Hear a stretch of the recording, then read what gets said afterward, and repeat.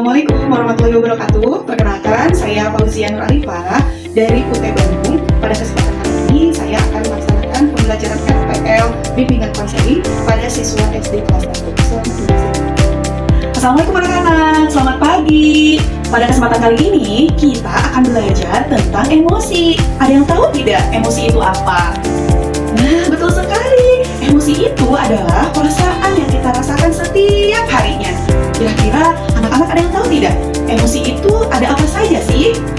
Nah, betul sekali. Ada emosi merasa bahagia, merasa senang, ada juga emosi merasa sangat marah, atau emosi merasa sedih, atau emosi merasa terkejut dan kaget, gitu ya, dan berbagai macam emosi lainnya.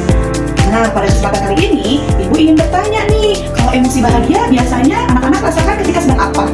Betul, contohnya ketika sedang bermain dengan teman, mendapatkan nilai yang bagus, itu biasanya kita merasa bahagia. Lalu, ada juga perasaan sedih. Biasanya perasaan sedih itu datang ketika ada teman yang tidak mau bermain dengan kita. Kita langsung merasa sangat sedih. Kemudian, ada juga nih emosi marah. Nah, contohnya emosi marah adalah ketika mainan kita dirusak dengan sengaja oleh teman. Pasti kita akan merasa marah pada teman kita.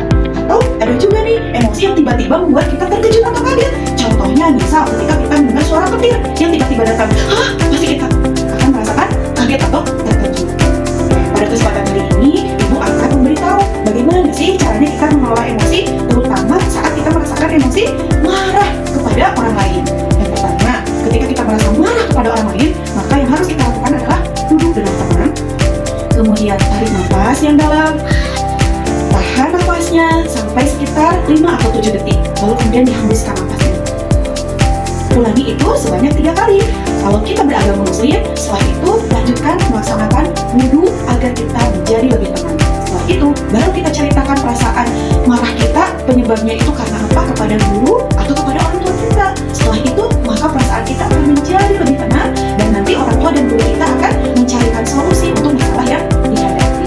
Seperti itu ya, cara mengelola emosi marah pada diri kita. Semoga dapat dipahami, oke? Nah, pada kesempatan kali ini, Ibu ingin anak-anak menebak nih, emosi apa ya yang gambarnya Ibu perlihatkan. Nanti ditebak ya, siap? Nah, anak-anak, ada yang tahu nggak? Ini emosi karena apa ya?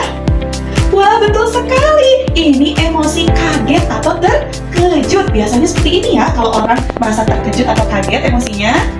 Kalian hebat. Coba nih sekarang, kira-kira ini gambar emosi terapa ya? Betul sekali. Ini seorang anak yang sedang merasakan sedih. Wah, kalian hebat sekali. Nah, berarti anak-anak semua sudah tahu ya bagaimana macam-macam emosi itu. Oke, kalau sudah tahu, maka Ibu cukupkan pelajaran hari ini ya, dan Ibu sampaikan kepada anak-anak kita harus belajar untuk mengendalikan emosi, mau itu emosi bahagia ataupun emosi sedih, kecewa ataupun marah. Semuanya harus dikendalikan dengan baik. Ya, sekian pelajaran dari Ibu. Terima kasih. Wassalamualaikum warahmatullahi wabarakatuh.